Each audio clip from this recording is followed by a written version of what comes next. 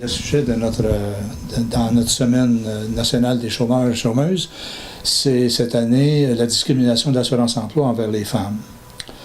On a fait des recherches et on a colligé des statistiques qui nous démontrent que, d'abord, les femmes, beaucoup plus de femmes travaillent à temps partiel que les hommes. Et quand ils travaillent à temps partiel, ils travaillent beaucoup moins d'heures. Et aussi, ils gagnent beaucoup moins que le salaire des hommes en général à cause du genre de travail qu'ils font. Donc, tout ça fait que quand ils demandent des prestations d'assurance-emploi, ils sont discriminés et ils reçoivent des prestations d'assurance-emploi beaucoup moindres que les hommes. D'abord, s'ils travaillent moins d'heures dans une année, ils ont moins de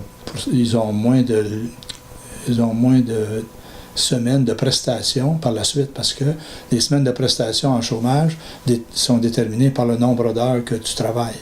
Si tu gagnes moins d'argent, évidemment, le pourcentage de tes prestations va être beaucoup moindre que celui des hommes parce que les hommes gagnent plus que les femmes. De plus, on sait que les femmes sont souvent celles qui sont préoccupées par le bien-être de leur famille. Alors, ils ont des périodes de maternité, des périodes d'assurance parentale, le RQAP du Québec et ainsi de suite. Et toutes ces prestations-là durent environ 45 à 50 semaines en général. Et lorsqu'ils reviennent au travail, et si le travail ne se continue pas ou si leur poste a été aboli, bien, ils n'ont pas droit à l'assurance-emploi parce qu'ils ont été plus que 50 semaines, 52 semaines en dehors du marché du travail. Donc, les heures qu'ils avaient travaillées avant leur période de prestation maternité bien, ne comptent plus parce qu'une période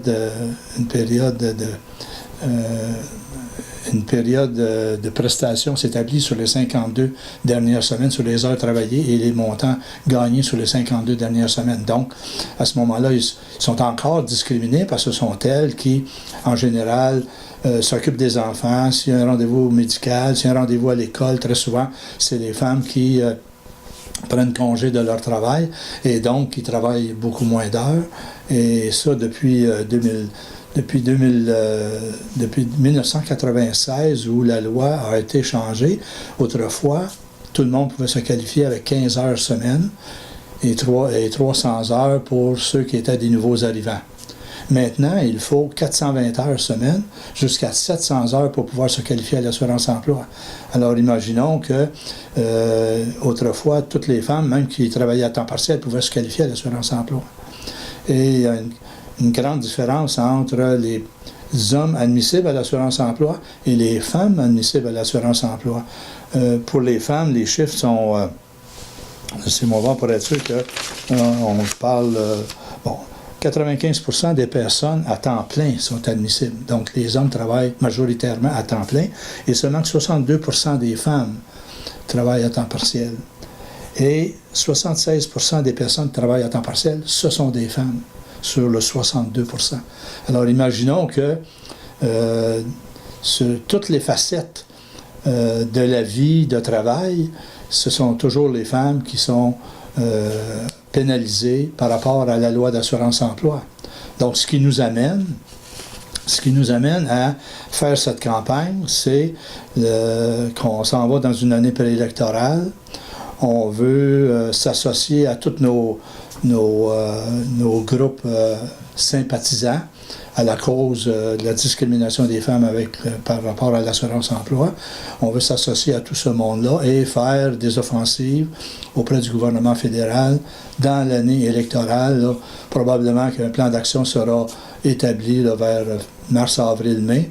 On entend faire une tournée d'information, s'asseoir avec les gens qui sont concernés pour leur expliquer vraiment les tenants et les aboutissants de la loi d'assurance chômage pour qu'ils soient motivés à embarquer avec nous dans cette confrontation avec le gouvernement fédéral parce que ça sera définitivement une confrontation. On ne laissera pas aller encore 4 années de régime comme il est actuellement, parce qu'on sent que les 3 dernières années n'ont pas apporté beaucoup de modifications à la loi d'assurance chômage. Et c'est ce à quoi on veut que le gouvernement s'attaque.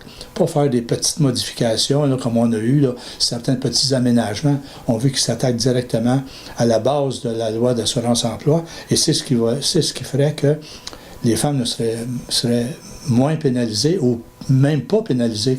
Ils devraient être sur la même égalité que les hommes parce qu'ils payent le même taux de cotisation que les hommes payent. Donc pourquoi ils ne seraient pas traités de la même manière?